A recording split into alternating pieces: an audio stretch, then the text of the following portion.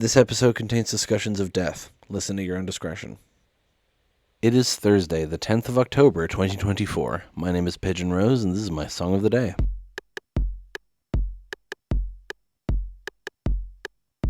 It's day 4 here on Life is Strange week. That means we're talking about a song from episode 4 of Life is Strange. Today's song is Mountains by Message to Bears. Now, this song has very few lyrics in it, so I don't know how long this episode is going to be. Probably not that long, but I have things to say about it with regards to its usage in the game and also a particular association I make with it with my own personal life. So that'll be interesting. Message to Bears is a UK-based performer, and this is the only song of his I really know. I did listen to the rest of the album this is from, but I don't really remember it. It didn't really make much of an impression on me, but now that I'm older and appreciate ambient music more, I should go back and give his discography a proper listen. But this has always been one on the soundtrack that has stood out to me. I've always loved this song, not just because of the emotional scene in which it plays, but I just love this song. It's great, and I don't think I need to give it any more setup. I think we should just go listen to it now and then come back in a few minutes and talk about it.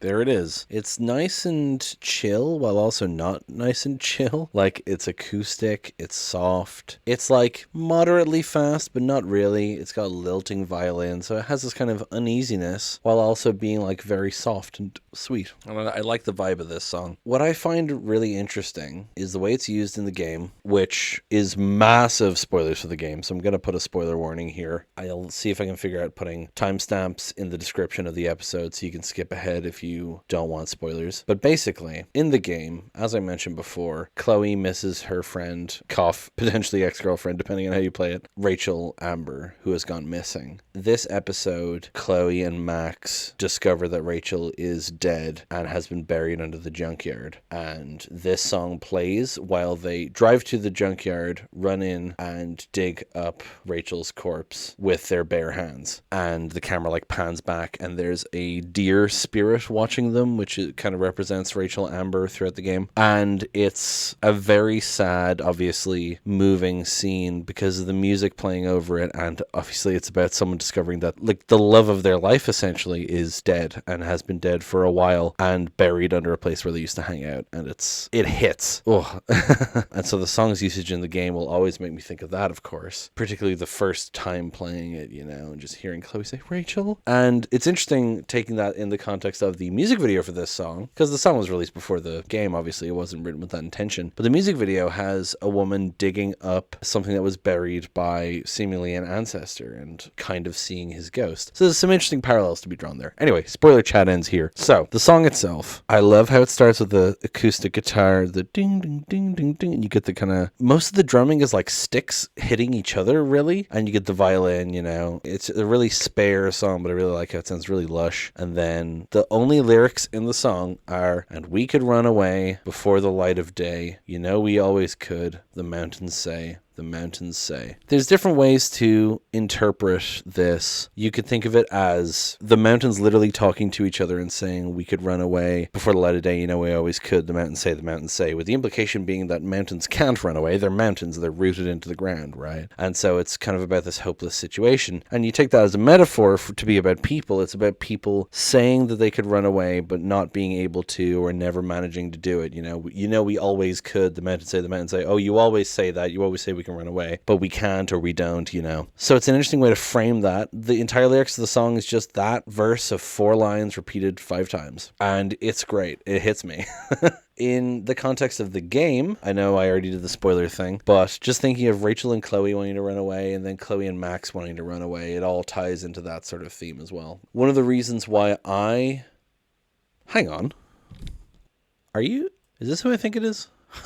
What do you know? I just looked down at the Genius page and saw written by Message to Bears, composer Message to Bears, mastering engineer Keith Kniff. And I was like, hang on, Keith Kniff? He's a guy who I very much enjoy. He composes ambient electronic music under the name Helios and kind of ambient piano music under the name Goldmund. He's also in other bands with his wife. And I didn't know he was involved with this, but it makes so much sense knowing the ambient music that he makes and the way this song has this kind of atmosphere to it. That's really cool, actually. I did not know he was a mastering engineer for that. Assuming that information is accurate, that's really interesting. I would love to talk about Keith Caniff's music on here, but instrumental songs are hard to talk about in a podcast that mostly talks about lyrics, hey? I did say I had a personal relation to this song as well. I think I've alluded to it in the past. Yes, when I've talked about Antlers. I was in an abusive relationship and I finally got out of it, and there's various different songs that I kind of associate with that. But until I could find a new place to live, I was temporarily living in my friend's house for like a month and a half-ish, and the day that I was bringing my stuff to that temporary house, I was listening to music. It was raining and windy as fuck, and I was crying because obviously it was a very emotional moment. And I specifically remember this song destroying me. Because like I said, it's a soft song, you know? The lyrics are always just something like, and we could run away, you know? And I just remember kind of, I'm going to move the microphone far away. I was kind of going, and we could run away before the light of day. Just like screaming this song into the wind, you know, and the rain and tears streaming down my face. So I have a personal connection with this song. It always makes me think of that. It makes me think of that emotional time because thinking about running away, right? But in this instance, it was running away from someone, not with someone. I've always wanted to write a short story inspired by this song, but it just hasn't happened, I guess. Maybe someday I will, and maybe I will reference this podcast. Who knows? I don't know if I have much else to say about it because there's not much else to say about this song. There's music that's great. There's very few lyrics, and it's used well in the game, and that's about it, I guess. I really like this song. I kind of associate it weirdly with another song called Bloom by the Paper Kites. I think just because the instrumentation of it. That song popped into my head the other day when I realized I was going to be doing this song recently. I was like, oh, I need to talk about that in the show, so look forward to that in the future. Can I be close to you? Yeah, I think I'm just going to have to end it there. Really love this song. Love the way it's used in the game. And I have this personal connection with it too that makes it hit all the harder. Yeah, so that's going to be it for this episode. Thank you so much for listening. Please hit like, hit subscribe, leave a comment down below. Tell me what you think. Tell other people about this show. Thank you so much for listening, and I will talk to you tomorrow. Break it down.